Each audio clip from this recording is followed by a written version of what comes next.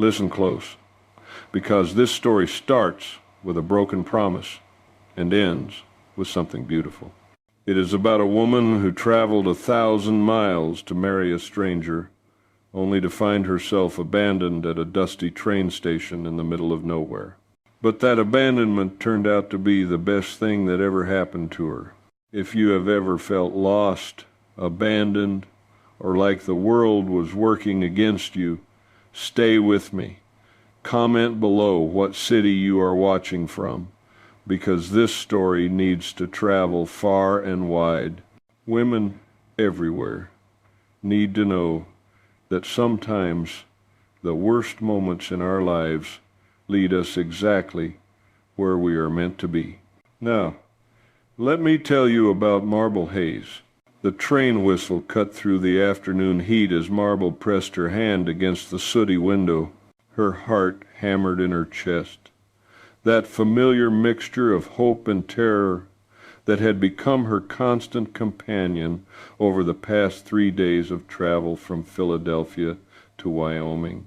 She was 26 years old, and everything she owned in the world fit inside one battered leather suitcase. 2 spare dresses, a nightgown, her mother's Bible, a silver hairbrush that had been her grandmother's, and $17 that represented her entire life savings. Not much to show for 26 years of living, but it was hers. The conductor's voice boomed through the passenger car. Red Butte Station, Red Butte, 5-minute stop. 5 minutes. That was all it would take for her entire life to change. Marble smoothed the wrinkles from her gray traveling dress and tried to calm her racing thoughts. She was here to marry Miles Dandridge, a man she had never met in person, a man who had answered her letter to his advertisement in the Matrimonial Times.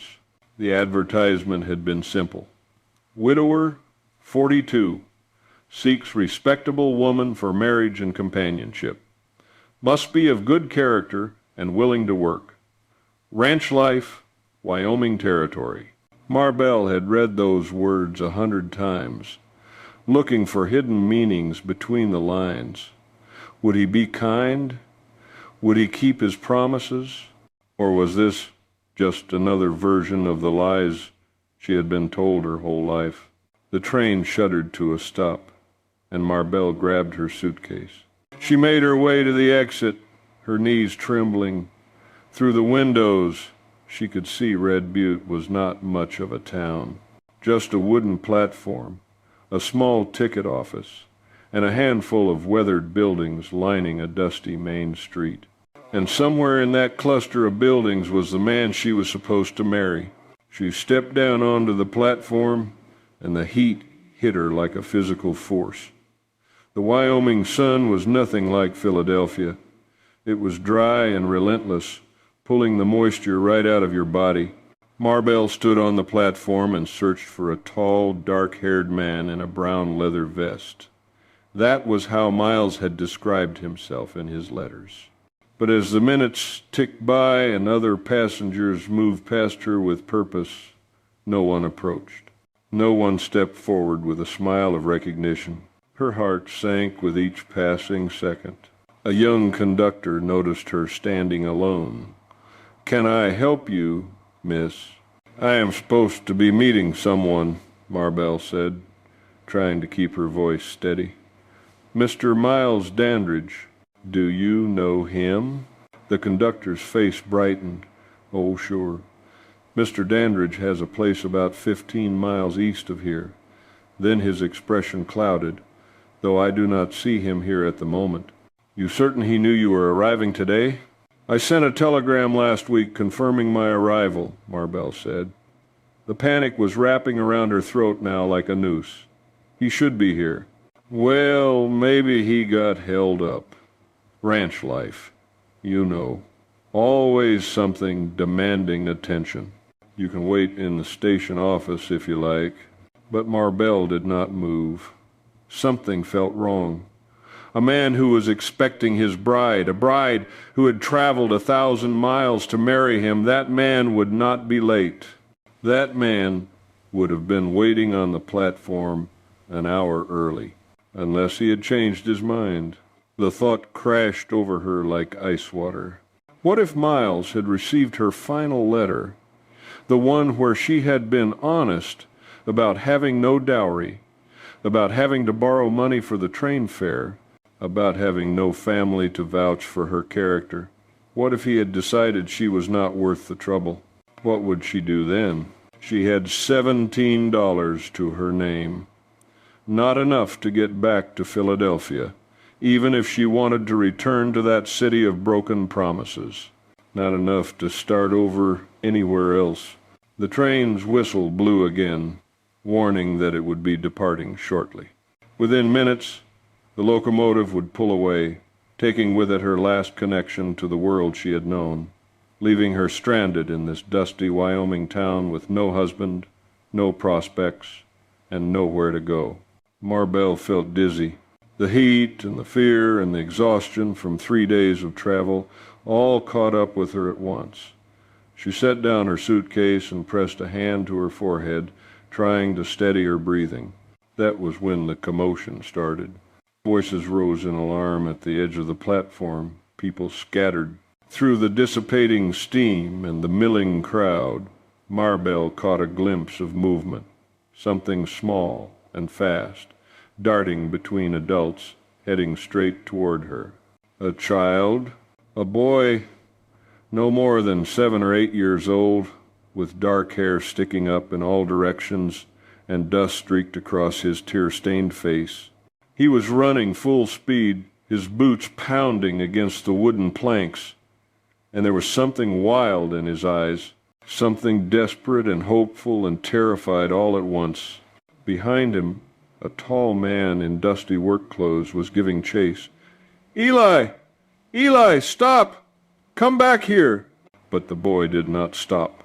He ran directly toward Marbell, weaving between startled onlookers. His eyes locked on her face with an intensity that was almost frightening. The boy reached her and crashed into her skirts, his small arms wrapping around her waist, his face pressing against the fabric of her dress. Marbell stumbled backward, barely maintaining her balance, shocked by the sudden impact. Then the boy looked up at her, and Marbell's breath caught in her chest.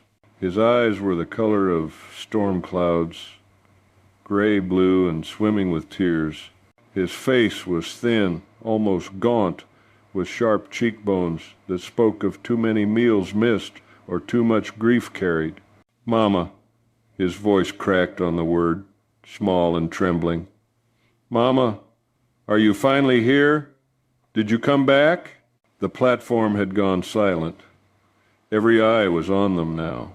Marbell felt the weight of those stares, felt the collective breath being held, waiting to see what she would do. She should correct him. She should gently explain that she was not his mother, that there had been a mistake. But the boy, Eli, was shaking now, trembling like a leaf in a storm, and his grip on her dress was so tight his knuckles had gone white. Without thinking, operating purely on instinct, Marbell knelt down. She brought herself to eye level with the boy and placed her hands on his thin shoulders. "Sweetheart," she said softly, and the word surprised her. "Sweetheart, I think there has been a mistake." "No," the boy's voice rose, panicked. "No, you look just like her, just like the picture Papa keeps. You have the same eyes, the same hair. It is you, is it not? You came back." Before Marbell could respond, the tall man who had been chasing the boy finally caught up. He was breathing hard, his face flushed beneath several days' worth of dark beard stubble. He wore dusty work clothes and a faded blue shirt, and his hat had fallen off during the chase. "Eli, I am so sorry," he said, reaching for the boy's shoulder. His voice was rough, strained with embarrassment and pain. "Come on, son. This is not, she is not, she is." Eli twisted away from his father's hand, pressing closer to Marbell. "Papa, look at her. Really look. It is Mama." The tall man's eyes finally met Marble's. She saw a shock flicker in their depths, followed by something that might have been recognition. They were dark eyes, nearly black in the afternoon sun, set in a face that was hard and weathered, but might have been handsome once, before grief carved lines around his mouth. For a moment, they simply stared at each other, and Marble felt something pass between them. A current of understanding, of shared sorrow, of two people who had both learned that life does not give you what you hope for, only what you can survive. "I apologize for my son," the man said, his voice carefully controlled now. "He lost his mother last winter. Sometimes he still looks for her." "I am not looking for her," Eli protested, his voice breaking. "I found her. Papa, why can you not see? It is really her." Marble's heart cracked. She kept her hands on Eli's shoulders, steady and warm, and spoke directly to him. "What is your name, sweetheart?" "Eli," he whispered. "Eli Turner." "Eli, that is a strong name. I am Marbell Hayes." She paused, choosing her next words carefully. "I just arrived on the train from Philadelphia. I have never been to Wyoming before today. I have never met your mama." She watched his face as comprehension slowly broke through the desperate hope. His expression crumpled, tears finally spilling over. "But you look so much like her," he said, his voice barely audible. "I know," Marbell said gently. "I know what it is like to hope for something so hard it feels real." The man, Eli's father, reached for his son again. This time, Eli did not resist, but as he was pulled back, the boy kept his eyes fixed on Marble's face. "Thank you," Eli's father said, settling his hands on the boy's shoulders. "This is not how we usually greet strangers." "No apology necessary," Marbell assured him, rising to her feet. "Grief makes us all do unexpected things." The man studied her for a moment. "You said you just arrived. Are you being met by someone?" And there it was. The question that would expose her situation, her foolishness, for all the town to see. She could lie. She could claim she was visiting relatives or that her husband was waiting at the hotel. But Marbell had learned that lies always caught up with you eventually. "I was supposed to be met," she said, keeping her voice level. "But it seems my intended did not receive my telegram." Or perhaps she let the sentence trail off, unable to finish it. Perhaps he changed his mind. Perhaps he was never serious. Perhaps I have been played for a fool. Understanding dawned in the man's eyes, followed by something that looked like sympathy. Mail order bride. The words stung, but they were true. "Yes, I am supposed to marry Miles Dandridge."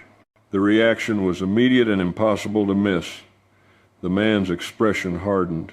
Eli's eyes went wide, and from the crowd of onlookers still watching, Marbell heard a collective intake of breath. "Miles Dandridge," the man repeated slowly, his voice gone cold. "You are here to marry Miles Dandridge." That was the arrangement, yes. Marble's heart was racing.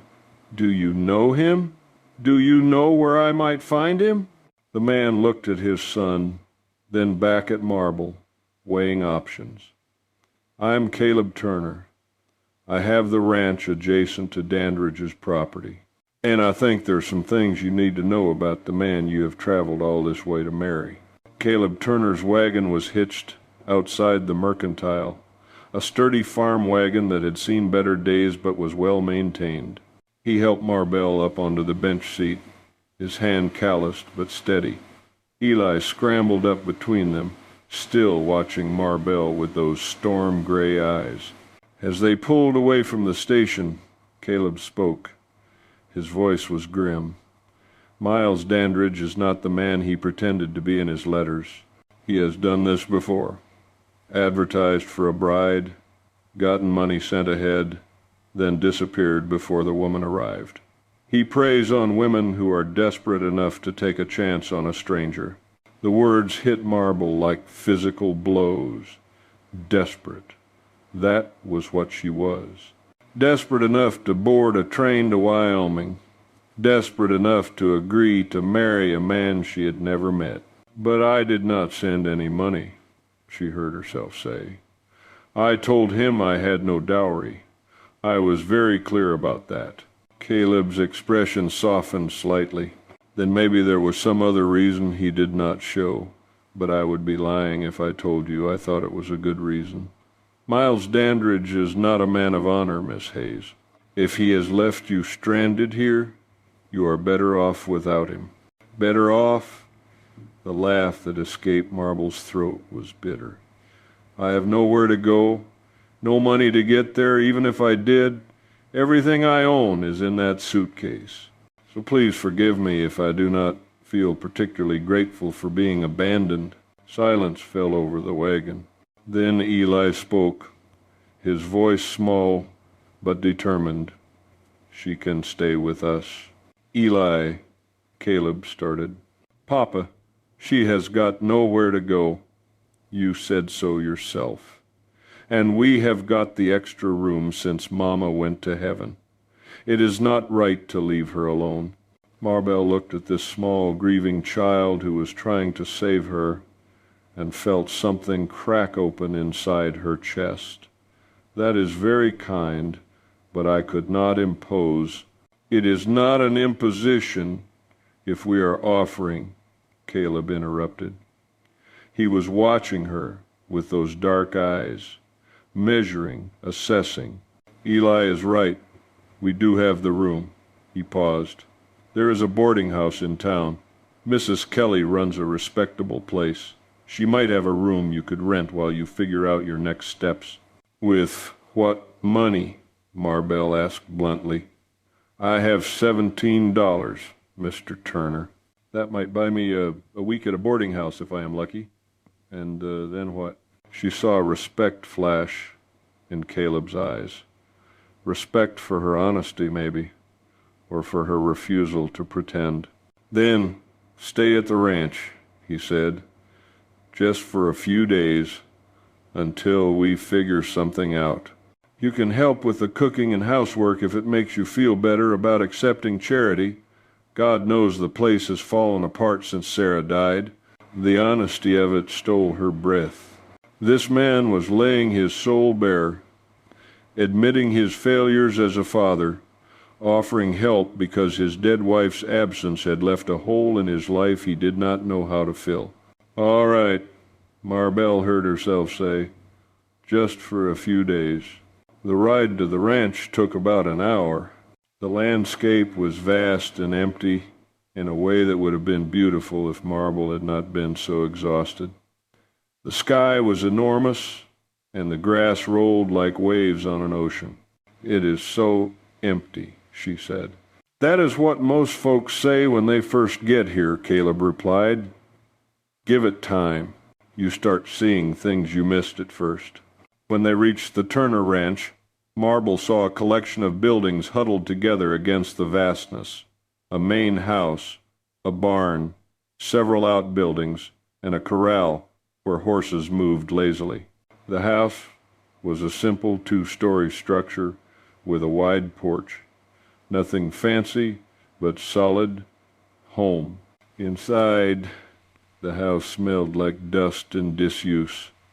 The front room had a stone fireplace and windows that let in good light. Everything was coated in dust. Dishes were stacked on side tables, boots kicked off near the door.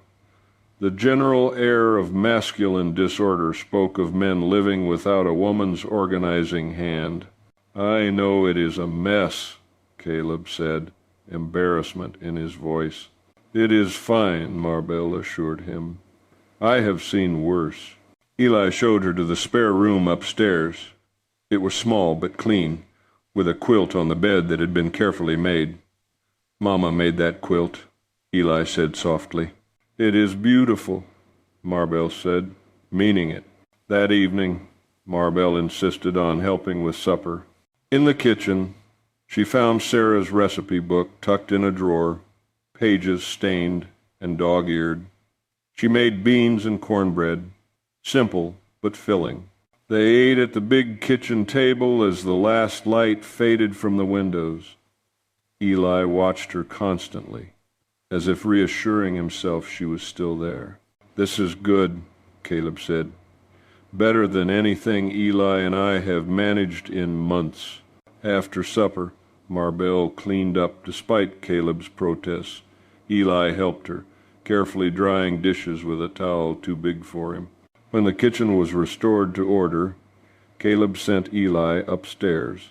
The boy went reluctantly, clearly afraid that if he left Marbell alone, she might disappear. "I will still be here in the morning," she assured him. "I promise." After Eli left, Caleb stood in the kitchen doorway. "About what Eli said earlier, about wanting you to stay, I hope you do not think I put him up to that. He is just struggling." "I understand," Marbell said. "I love Sarah more than I knew how to say," Caleb continued, his voice rough. "When she died, it was like someone carved out my insides. The worst part is, Eli needs me to be whole, and I cannot figure out how to give him that when I am barely holding myself together." The raw honesty surprised her. "Grief does not work on a schedule," Marbell said softly. "The best you can do is learn to carry it without letting it crush you." "And how do you do that?" Caleb asked. "I do not know. I am still figuring that out myself." They stood looking at each other in the lamplight, two broken people recognizing their own damage in someone else's face. Over the next 10 days, life at the ranch fell into a rhythm. Marbell rose with the sun and had coffee ready before Caleb and Eli stirred. She scrubbed floors, washed curtains, organized shelves. She found satisfaction in making the house clean again. Caleb worked from dawn to dusk, tending cattle, mending fences, doing all the tasks that kept a ranch running. He would come in for meals, exhausted and dusty, but Marbell noticed he started lingering at the table after supper. Eli bloomed like a flower after rain. The hollow look began to fade from his eyes. He laughed more, played more, brought Marbell wildflowers from the prairie. On the 10th day, Caleb found Marbell in the kitchen. "I have been thinking about your situation, about what you are going to do next. I know I cannot stay here indefinitely," Marbell said quickly. "That is not what I meant. Actually, I have a proposal, a business arrangement. You need work, I need help.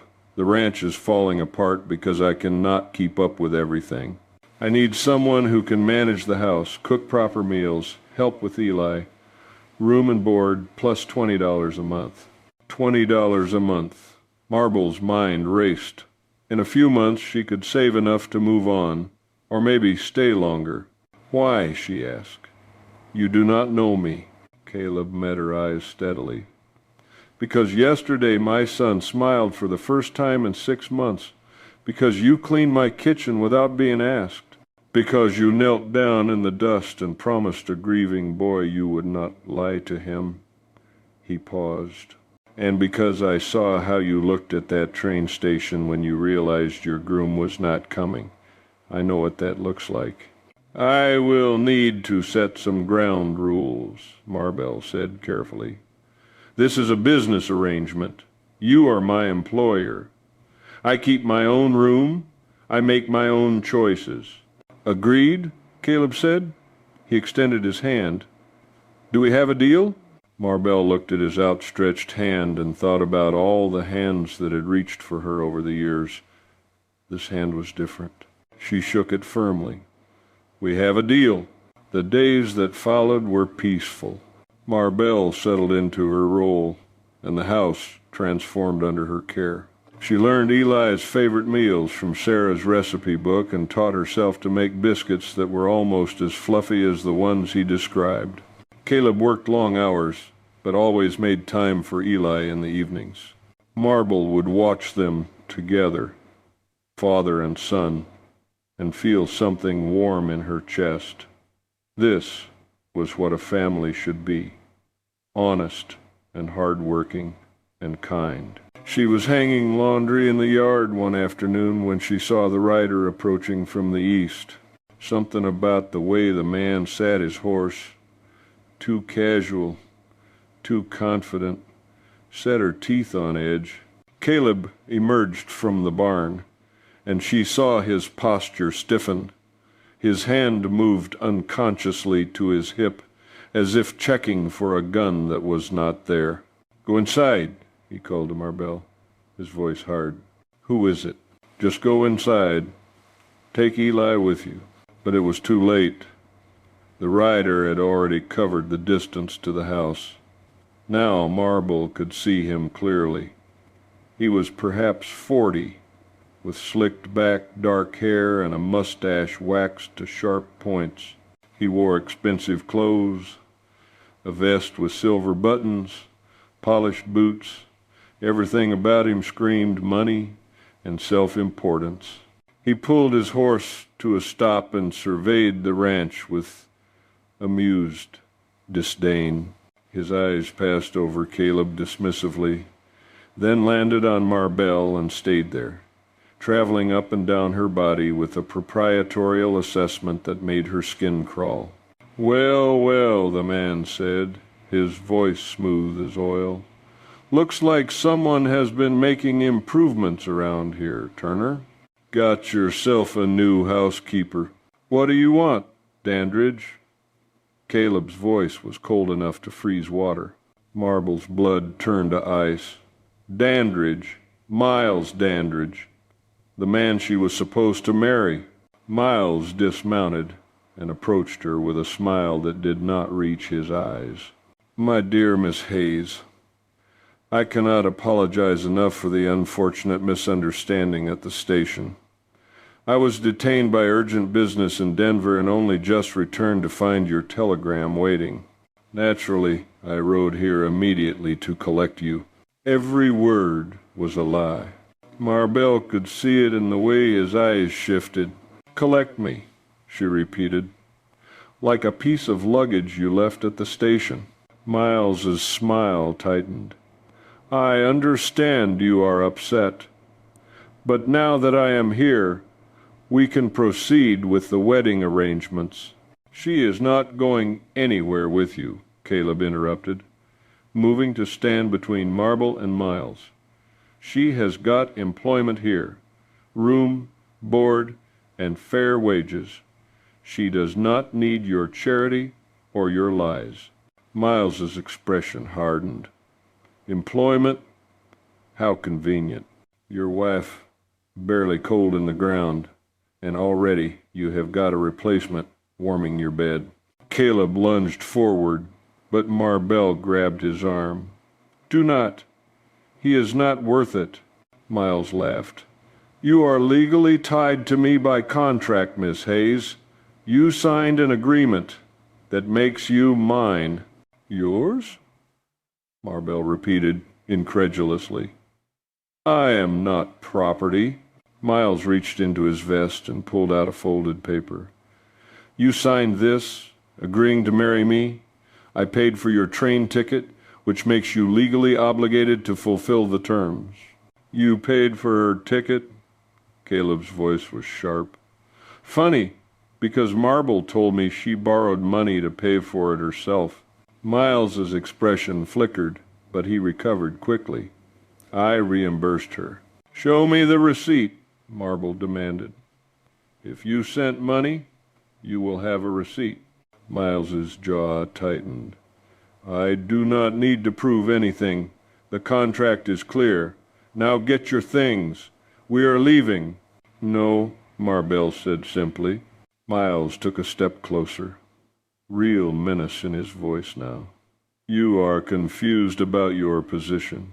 You are an unmarried woman alone in a territory you do not know, with no family, no resources. I am a respected landowner with connections throughout the territory. Who is going to take your word over mine?" "I will," Caleb said, "and so will every decent person in Red Butte who knows what kind of man you really are." "Oh," Miles's smile was cruel now. "You mean the same people who whisper about how quickly you took up with another woman after your wife died? The same people who wonder if maybe Sarah's death was not quite as natural as you claimed?" Caleb went white. "Poor Sarah," Miles continued. "Married to a man who could not provide properly. Working herself to death. Is it any wonder she got sick?" "Get off my land," Caleb said, shaking with rage. "Get off my land before I do something we will both regret." "I will leave when I get what I came for." Miles turned back to Marble. "Last chance. Come with me now, and we will say no more about this. Refuse, and I will make sure everyone knows you are a woman of questionable morals who broke a legal contract.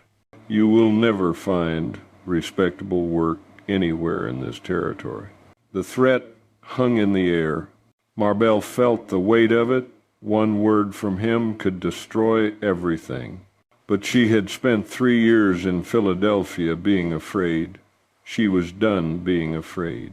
"Then I guess you will have plenty to talk about," she said clearly, "because I am not going anywhere with you." "That is enough," Caleb said, standing shoulder to shoulder with Marble. "This is not over," Miles hissed. "That contract is legally binding, and I will enforce it." "Papa."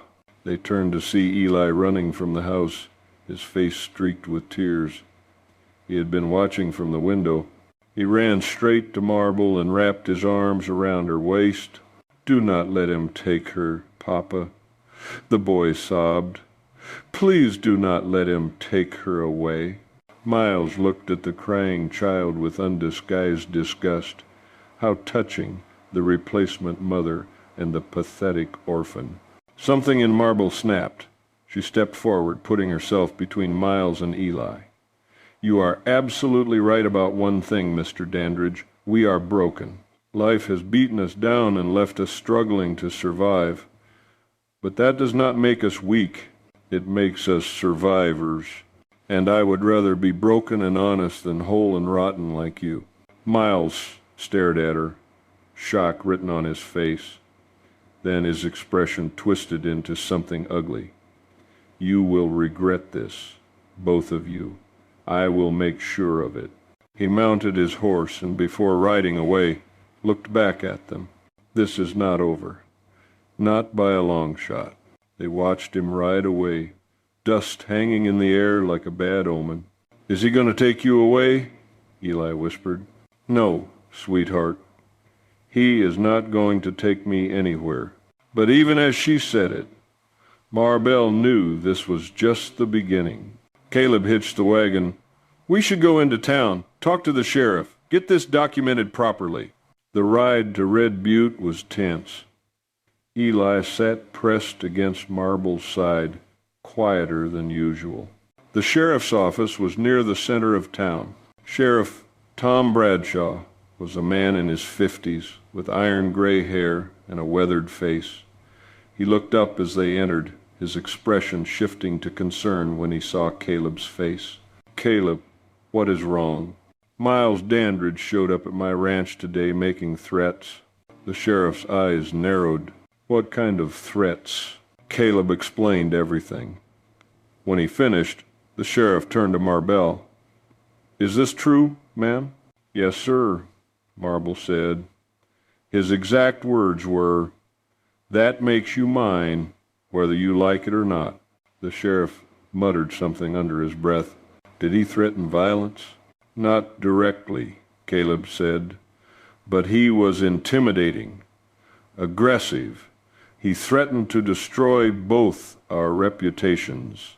"Did he produce any documentation?" "He waved around a letter I signed," Marble said. "But, Sheriff, I never received any money from him. and he abandoned me at the station. Does that not void any agreement?" Sheriff Bradshaw leaned back. "I am not a lawyer, ma'am, but I can tell you this. We do not enforce slavery contracts in this territory. If you do not want to marry Miles Dandridge, no piece of paper can force you to. Now, he could potentially sue you for breach of contract, but that is a civil matter. What I can do is document your complaint officially. If he tries anything else, shows up at the Turner Ranch again, you come straight back here." "There is something else you should know," the sheriff continued. "Miles Dandridge is not the upstanding citizen he pretends to be.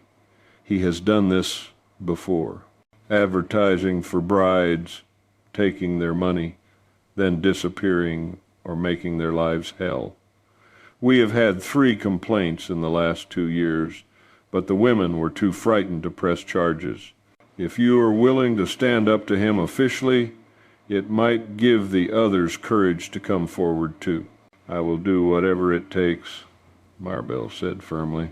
For the next hour, Marbell recounted the entire story. When it was finished, Sheriff Bradshaw closed the ledger. "This is officially documented. If Dandridge makes any more threats, let me know immediately.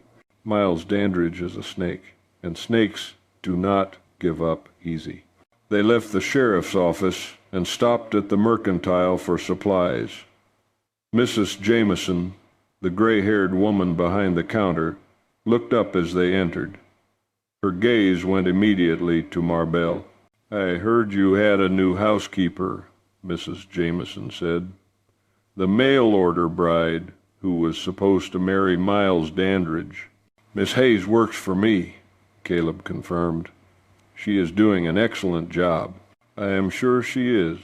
Mrs. Jameson's tone suggested she thought Marble was managing more than just the household.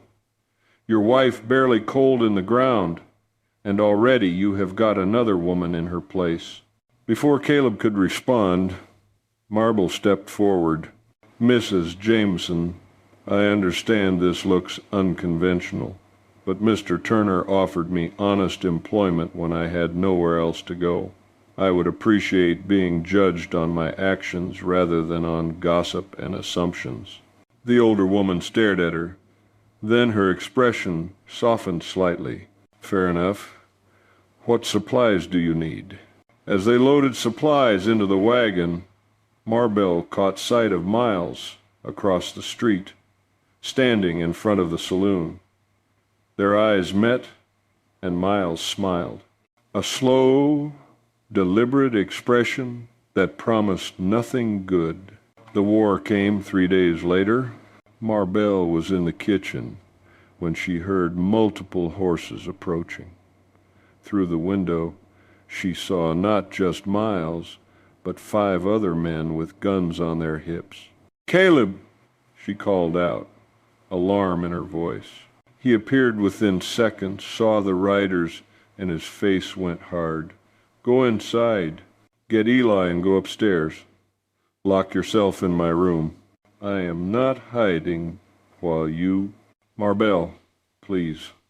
If something happens to me, Eli needs you alive. Go now." She ran to find Eli and pulled him inside. "We are going upstairs very quietly and staying in your papa's room." From the window, she watched Miles and his men surround Caleb. One of them pulled out a rolled paper. Miles had actually gone to a judge. 2 of the men started walking toward the house. "No," Marble breathed. "Miss Hayes," Miles' voice called up the stairs. "I have a court order requiring you to fulfill the terms of our contract. You can come down peacefully, or my associates can come up and fetch you." Footsteps on the stairs. They were coming. Marbell made a split-second decision. She grabbed the pencil and paper from Caleb's bedside table and scribbled frantically. "Being taken against my will by Miles Dandridge and armed men. This is kidnapping, not consent. Marble Hayes." She shoved it under the mattress. She knelt in front of Eli. "I have to go with them right now, but your papa and the sheriff are going to fix this. I will be back. I promise." The door shuddered under a heavy blow. Marbell unlocked the door.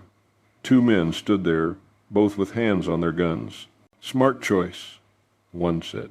She walked between them down the stairs. In the front room, Miles waited with a smile of triumph. He held out the paper for her to see. "Everything legal and proper. We are to be married this afternoon."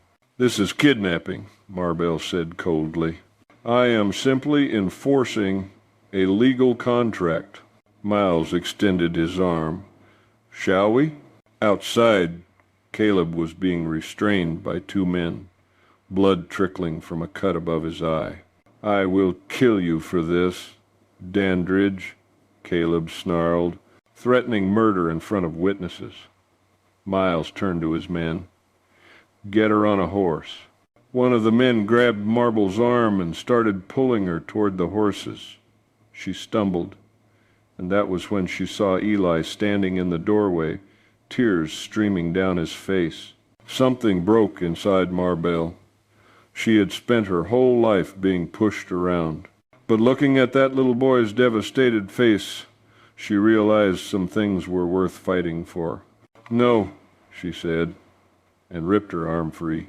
"No," she repeated louder. "I will not go with you. I do not care what papers you have forged. I am not your property, and I will not marry you." Miles's face contorted with rage, and he closed the distance between them. Before she could react, his hand cracked across her face, splitting her lip.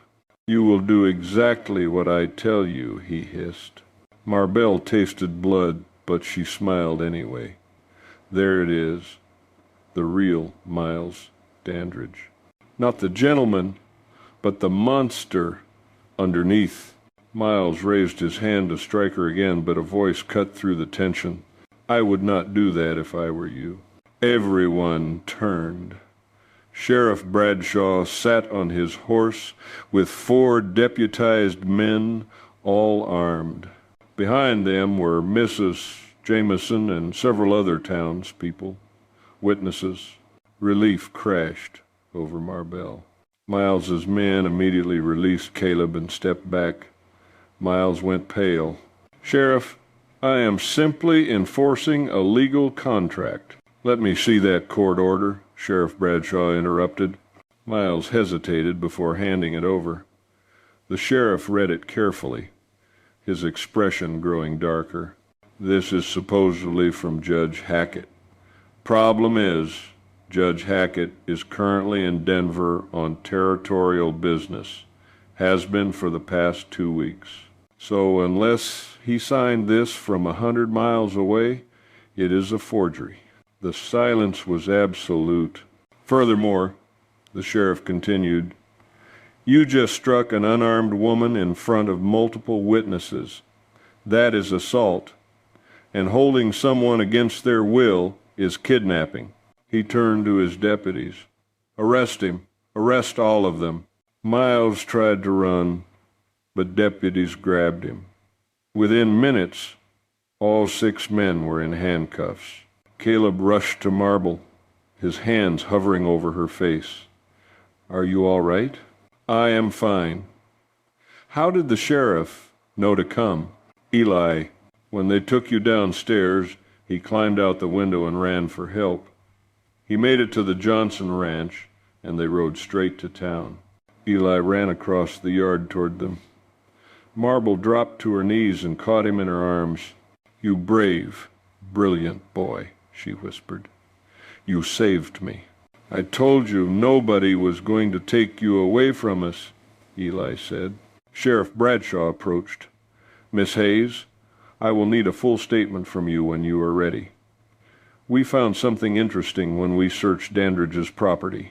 Letters from at least 7 different women, all responding to his advertisements, and receipts for money transfers that went into his personal accounts.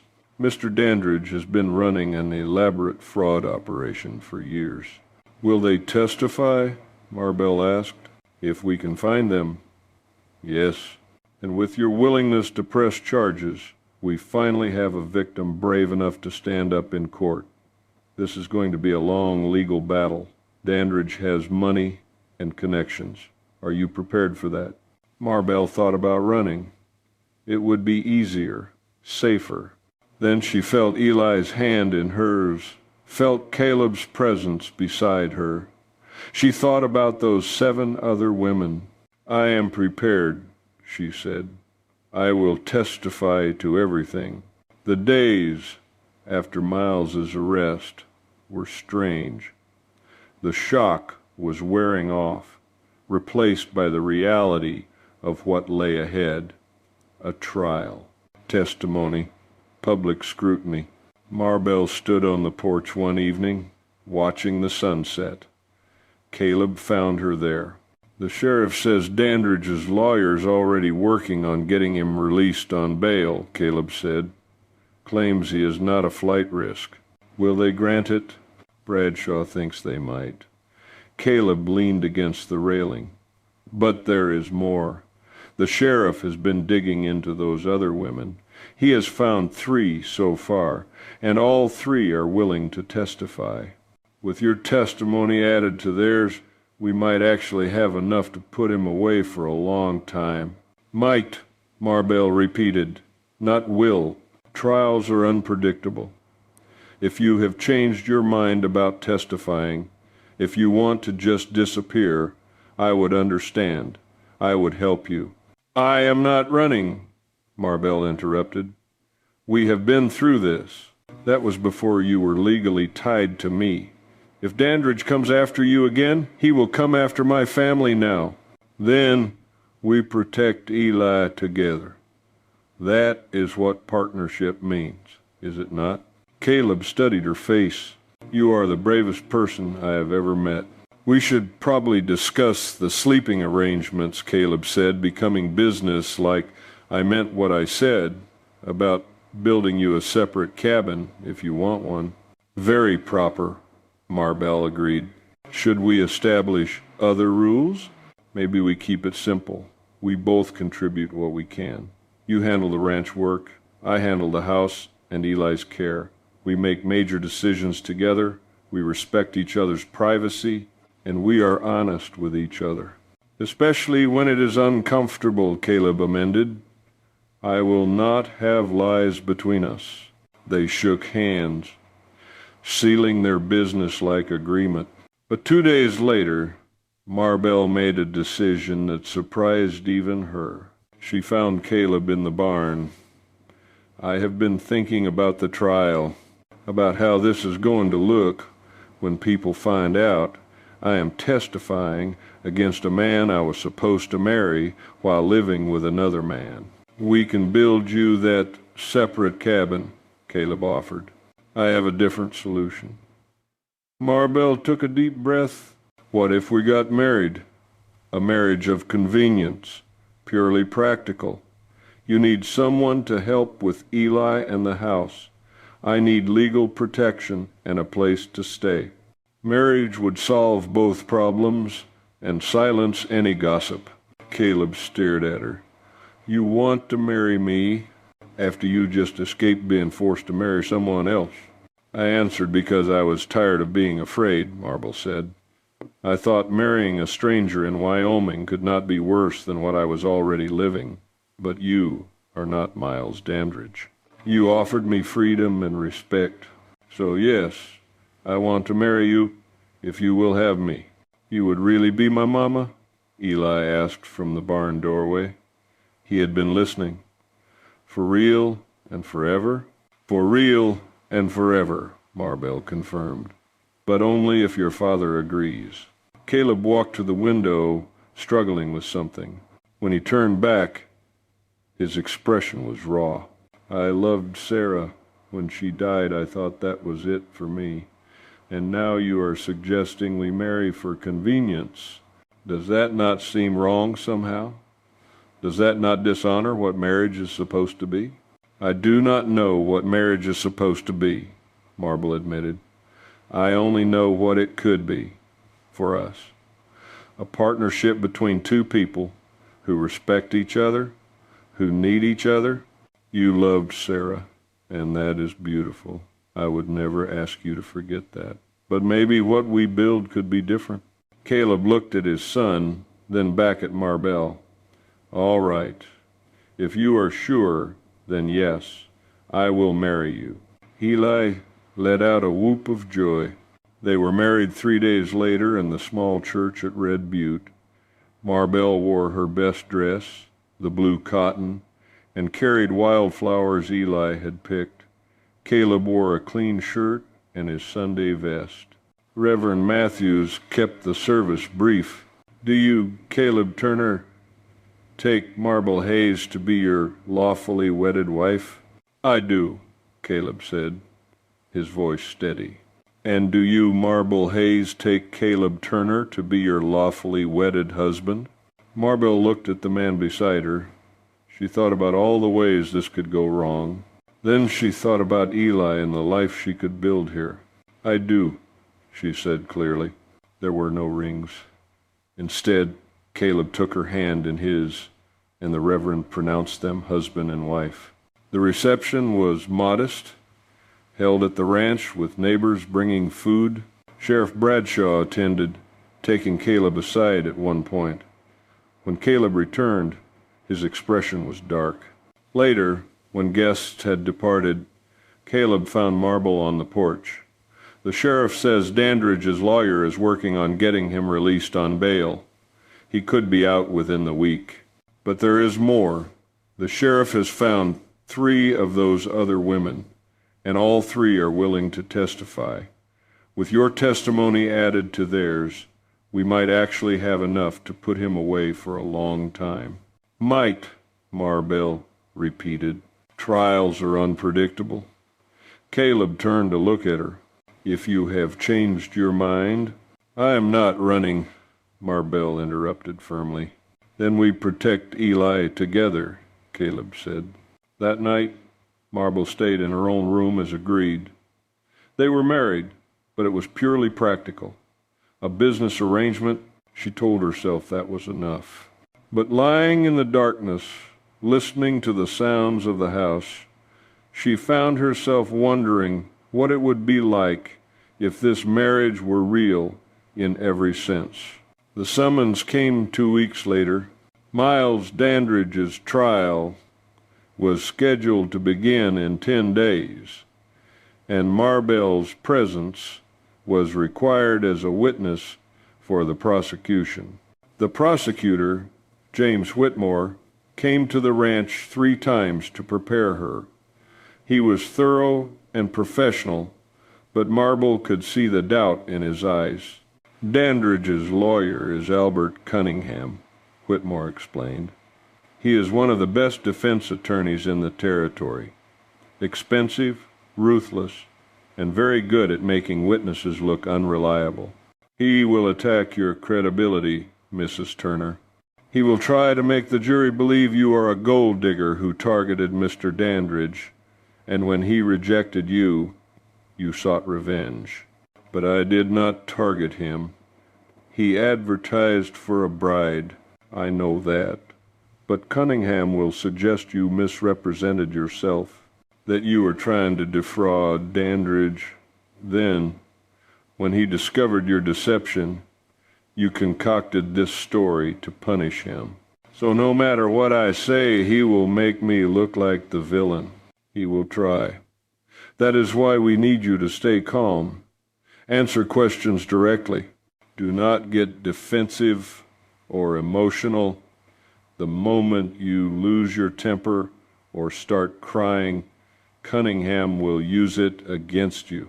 After Whitmore left, Marbell stood on the porch, feeling the weight of what was coming. "You do not have to do this," Caleb said quietly. "We could leave, take Eli, go to California." The offer was tempting, but running would mean Miles won. "No," Marbell said firmly. "I am seeing this through.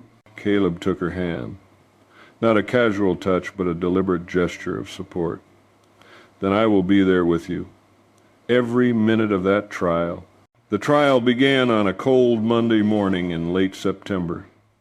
The courthouse was packed with spectators.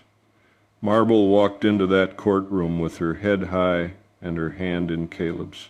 Miles sat at the defense table looking smug, dressed in an expensive suit. When his eyes met Marble's, he smiled, a cruel expression that promised she would regret crossing him. Beside him, Albert Cunningham looked as dangerous as his reputation suggested. Silver-haired, sharp-eyed, expensively dressed. The prosecution's case took 2 days. They called Sheriff Bradshaw first, who testified about the arrest, the forged documents, the evidence found at Miles's property.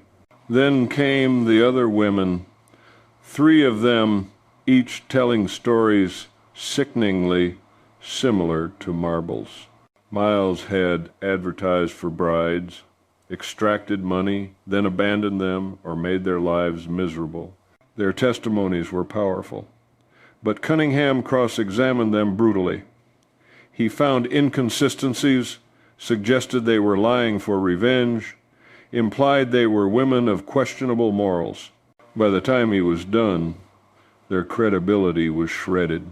Then it was Marble's turn. She walked to the witness stand on trembling legs, placed her hand on the Bible, and swore to tell the truth. Prosecutor Whitmore took her through her story. The advertisement, the letters, her journey from Philadelphia, Miles's failure to meet her, Caleb's offer of employment, Miles's return with threats, the attempted kidnapping, the forged court order. Marble kept her voice steady and her answers clear. She did not embellish.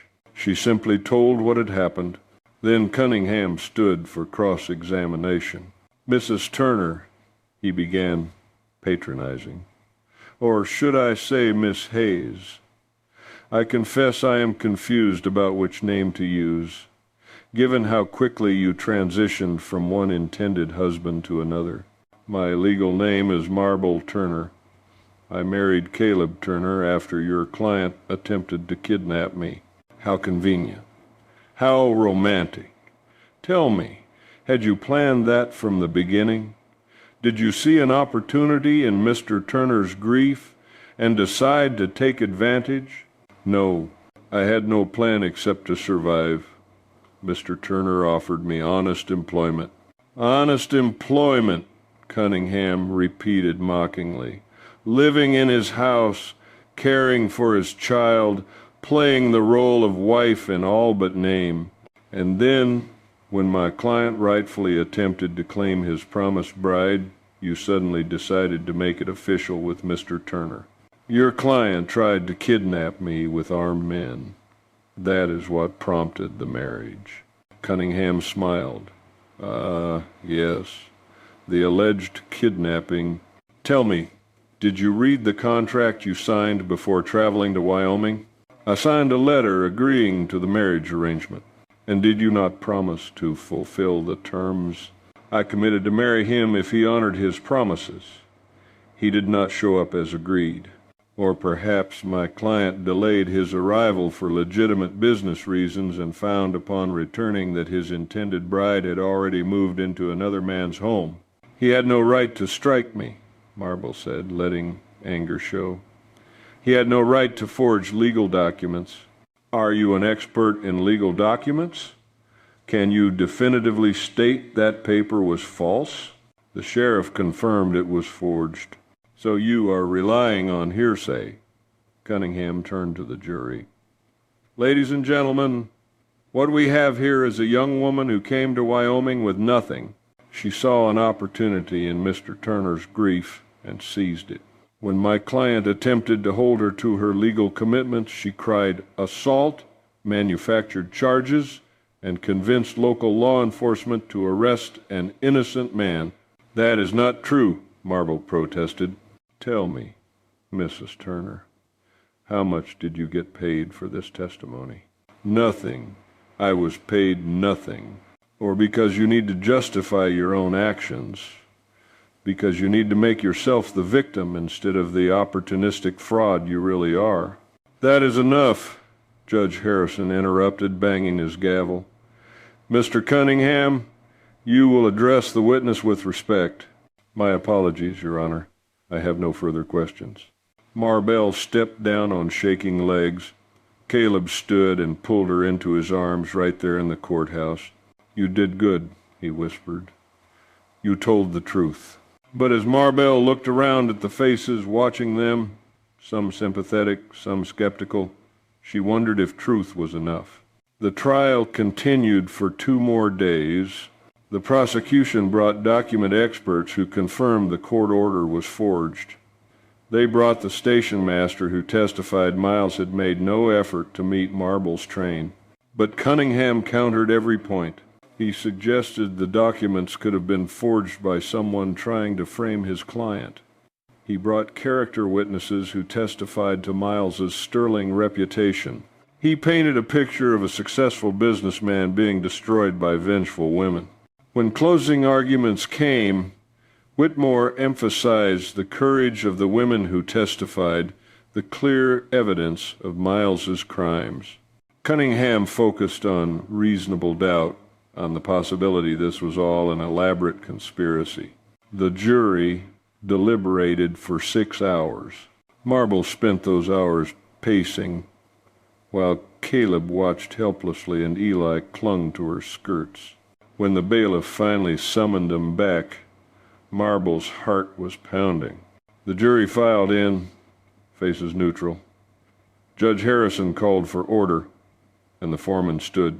In the matter of the Territory versus Miles Dandridge on the charge of assault, we find the defendant guilty. Marbell's knees went weak. Guilty. On the charge of attempted kidnapping, we find the defendant guilty. On the charge of forgery of legal documents, we find the defendant guilty. On the charge of fraud, we find the defendant guilty. Guilty on every count. Miles's face went white, then red with rage. He surged to his feet, shouting about corruption, but bailiffs were already restraining him. Judge Harrison banged his gavel. Mr. Dandridge, you have been found guilty of serious crimes against multiple women. The court sentences you to 10 years in the territorial prison with no possibility of parole for the first 5 years. 10 years. Marble felt tears streaming down her face. Tears of relief, of vindication, of fierce joy that justice had prevailed. Caleb's arm came around her shoulders, and Eli pressed against her side. Miles was being dragged from the courtroom, still shouting threats. As he passed, his eyes locked on Marbell's. This is not over. I will get out, eventually. When you do, you will be an old man, Sheriff Bradshaw said, appearing beside them. And these folks will still be here, living their lives, having forgotten you ever existed. That is the real punishment. You will be forgotten. The words hit Miles harder than any physical blow. Then he was gone. In the aftermath of the trial, life at the Turner Ranch settled into something resembling normalcy. The notoriety faded. Marble and Caleb fell back into their routines. But something had changed. Some barrier had broken down when Caleb held her in the courthouse.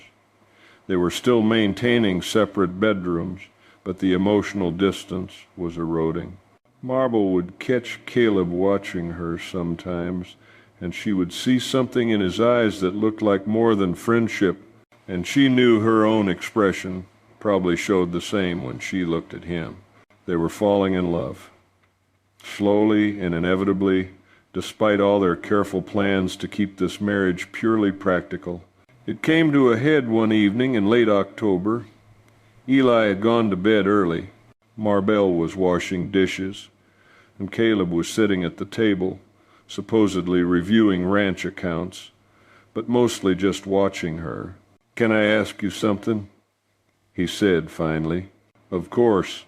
Are you happy here? With this life we have built?" Marbell set down the dish and turned to face him. "Yes. Happier than I ever expected to be. Even though this is not what you planned, even though you are married to a man you barely know, especially because of those things," Marbell said. "Everything I planned fell apart, but what I found here is better than anything I could have planned." He stood and crossed to where she stood by the sink. "I think I am falling in love with you. I did not plan to, did not think I could after Sarah. But somewhere between the train station and the courthouse, I fell in love with my practical, convenient wife." Marbell's heart was pounding. "You do not have to say anything. I know this was not part of our agreement." "You think I do not feel the same?" Marbell asked, her voice barely above a whisper. "You think I have not been falling in love with you too? With the way you care for Eli? The way you work yourself to exhaustion? The way you stood beside me in that courthouse?" Hope flared in Caleb's eyes. "You love me?" "I love you. I did not mean to. I tried not to, but I do." He reached up and cupped her face in his hands. "Can I kiss you? I have wanted to for weeks." In answer, Marbell rose on her toes and pressed her lips to his. The kiss was gentle at first, tentative. Then Caleb's arms came around her, and the kiss deepened into something hungry and desperate. When they broke apart, Caleb rested his forehead against hers. "I do not want separate rooms anymore. I do not want a marriage of convenience. I want a real marriage with you." "Yes," Marbell breathed. "Yes to all of it." That night, Marbell moved into Caleb's room. Into their room, they made love slowly, learning each other. And afterward, lying in Caleb's arms, listening to the prairie wind, Marbell felt something she had not felt since her mother died. She felt like she had come home. The winter that followed was harsh, with snow piling high and temperatures dropping. But inside the Turner house, there was warmth and laughter and love. Marbell cooked and cleaned and cared for Eli. But now she also sat with Caleb in the evenings, her head on his shoulder, planning for the future. They talked about expanding the ranch, about giving Eli siblings, about growing old together. Eli bloomed under the love of two parents who had chosen to be a family. His nightmares faded. His laughter came more easily. He started talking about his Mama Sarah without devastating grief, able to remember her with love instead of only loss. One evening in early spring, Eli looked at Marbell seriously. "You know you are my mama now, right? Not pretend mama, real mama." Marbell's throat tightened. "I know, sweetheart, and you are my real son. Papa says love is stronger when you choose it instead of just getting born into it," Eli continued.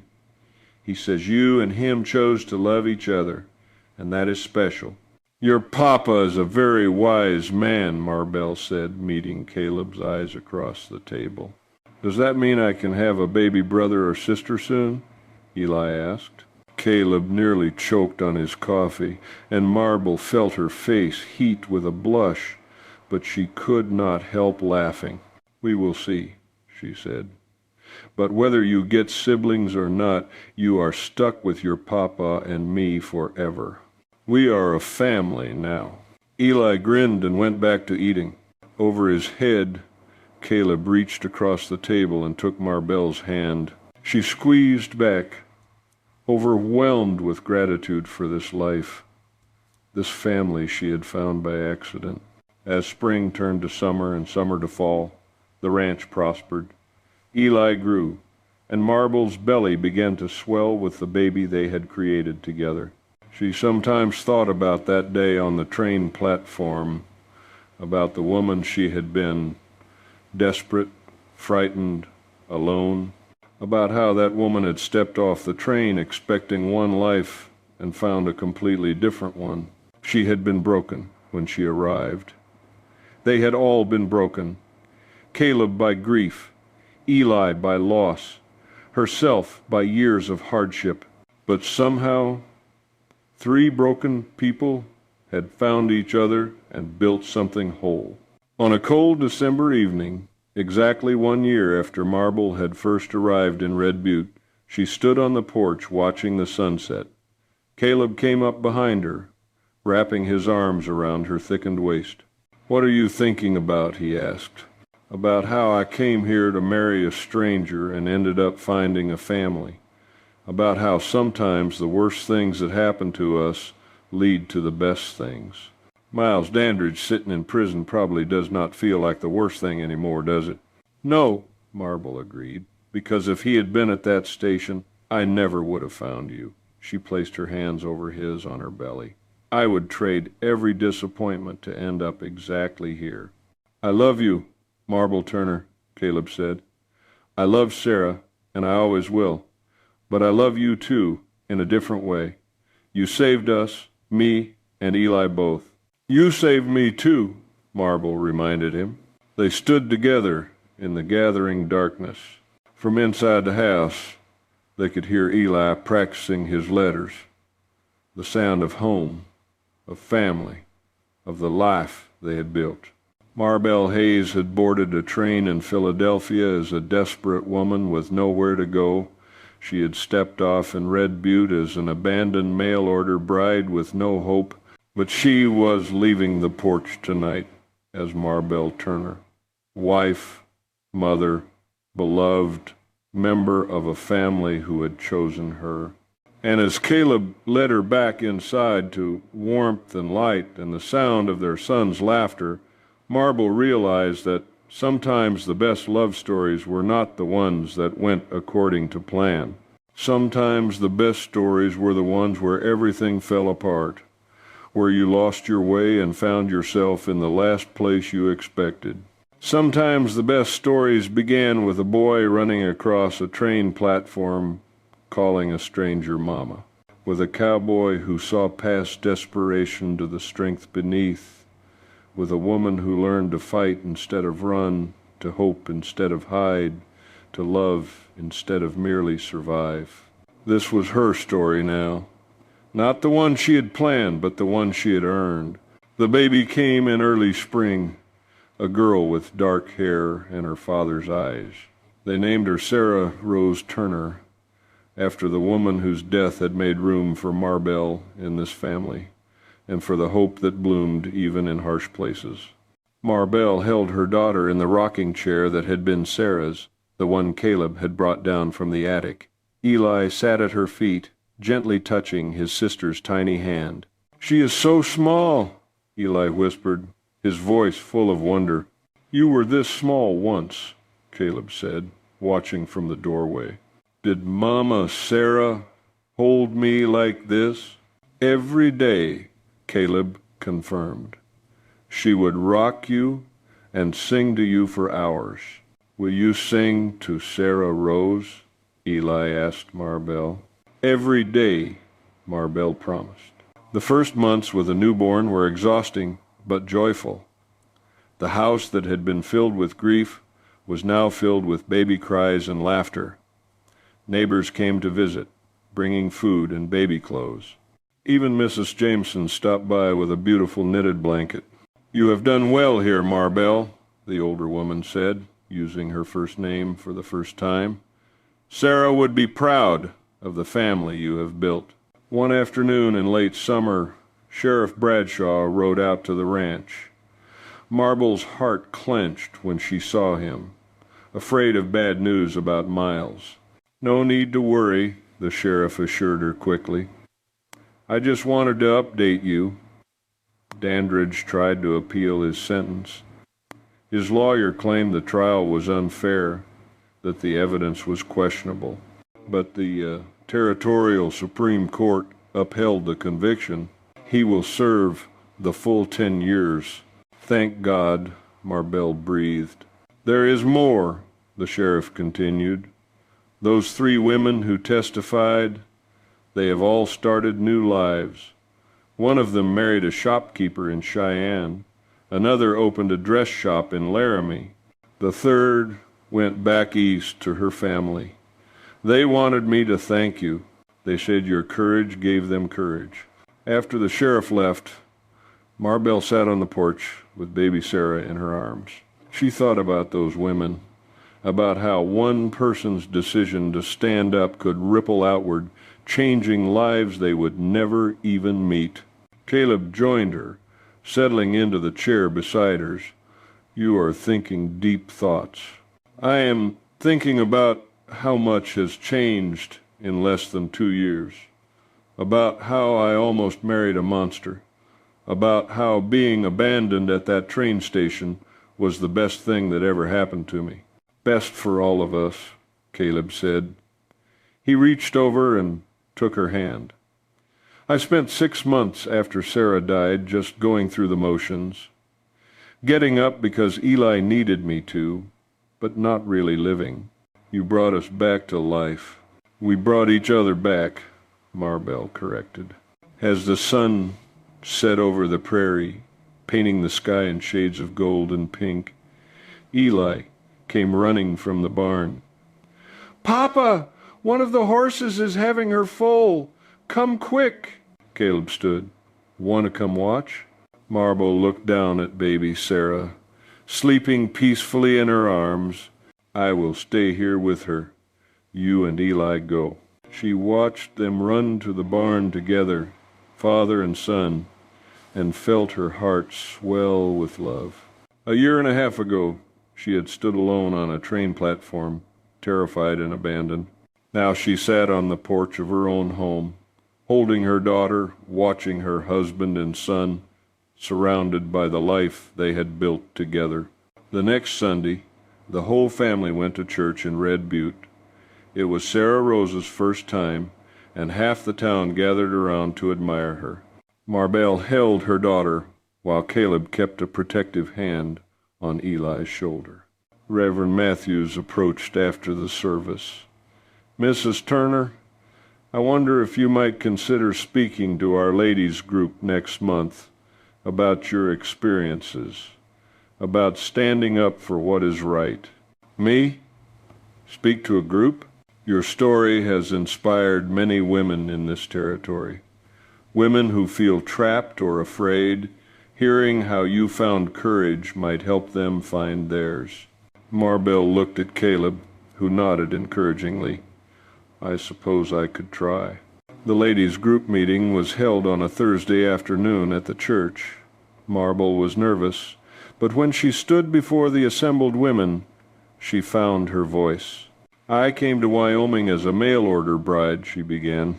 I was desperate and alone, and I thought marrying a stranger was my only option. But that stranger turned out to be a criminal who preyed on vulnerable women. When I discovered the truth, I had a choice. I could run, or I could fight. I chose to fight, not because I was brave, but because running meant he would hurt other women.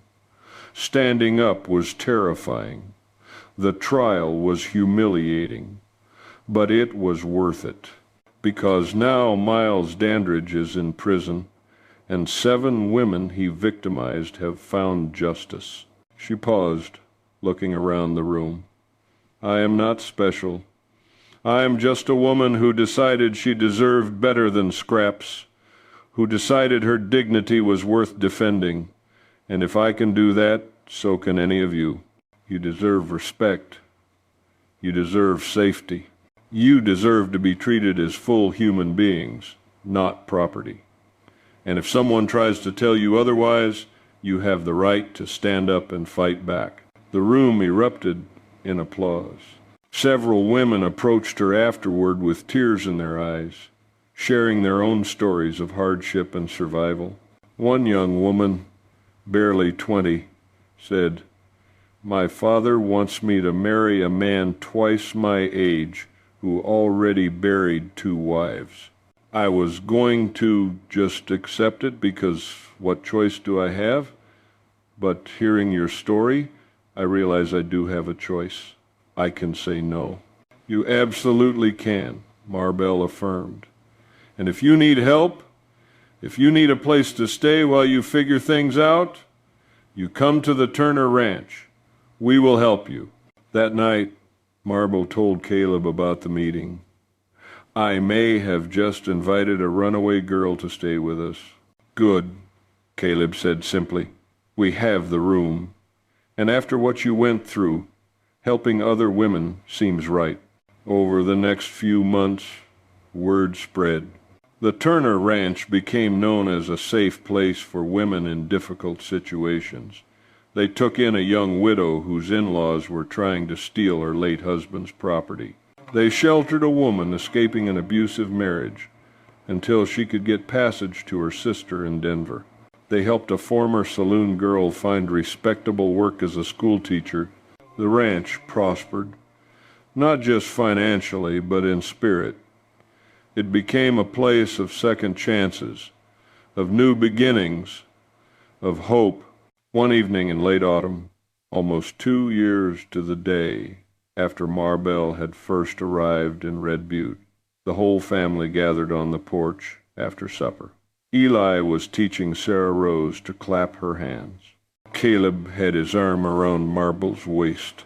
"Tell me the story again," Eli said, as he often did, "about how you came here." Marbell smiled. "Well, I got on a train in Philadelphia, traveling to marry a man I had never met. When I got to Red Butte, he was not there. I was all alone, scared, with nowhere to go. And then I saw you," Eli said, excitedly. "And then you saw me. You ran across that platform and called me Mama, even though we had never met before. Because you looked like Mama, Sarah. That is right. And your papa offered me a job and a place to stay. And then the bad man came. Yes, the bad man came. But we were brave together, were we not? You climbed out the window and ran for help. You saved me. We saved each other," Eli said, repeating what he had been told many times. "We did. And then your papa and I decided to be a real family. And now we have Sarah Rose, and we help other people who need saving." "And we all lived happily ever after?" Eli asked, even though he knew the answer. "We all lived happily ever after," Marbell confirmed. But it was not just a fairy tale ending. It was real life, messy and complicated and beautiful. There were still hard days, still challenges to face. The ranch required constant work. Money was sometimes tight. Sarah Rose woke them up at night. Eli had occasional nightmares about losing another mother, but through it all, they had each other. They had built something solid and true from the ruins of their separate griefs. On the second anniversary of her arrival, Marbell stood on the train platform in Red Butte. Not alone this time, but with her whole family. They were meeting a young woman named Emma who had written from Kansas, responding to one of the discreet advertisements Marbell now placed in Eastern newspapers. Not advertisements for husbands, but for women seeking fresh starts. The train pulled in, and a young woman stepped down onto the platform, looking frightened and hopeful. Marbell recognized that expression. She had worn it herself 2 years ago. "Emma?" Marbell called out. The young woman turned, relief flooding her face when she saw a friendly smile instead of judgment. "Welcome to Wyoming," Marbell said, taking Emma's hand. "I am Marbell Turner. This is my husband Caleb, my son Eli, and my daughter Sarah Rose. We are here to help you start over." As they walked to the wagon together, Marbell caught Caleb's eye. He smiled at her, that rare, full smile that transformed his face. She had come to this platform broken and desperate. Now she returned strong and whole, offering to others what had been offered to her, a second chance, a safe place, hope. The wagon rolled away from the station, carrying the Turner family and their newest guest toward the ranch, toward home. And in the distance, the sun set over the endless Wyoming prairie, painting everything in gold. Beautiful and harsh and full of promise, just like the life Marble had built here. She had learned that sometimes the worst moments lead to the best outcomes, that being abandoned can be the first step toward being found, that broken people can heal each other, that love chosen is stronger than love inherited, and that courage is not the absence of fear, but the decision to stand up anyway. These were the lessons she would teach her children. These were the truths she would share with every woman who needed saving. And as the wagon carried them home through the gathering dusk, Marble Turner looked at her family, her real chosen family, and knew with absolute certainty that she was exactly where she was meant to be. The mail-order bride who never was had become something better, a wife, a mother, a fighter, a helper, a woman who turned abandonment into destiny and built a family from the ashes of broken dreams. And if that was not a happily ever after, Marbell did not know what was.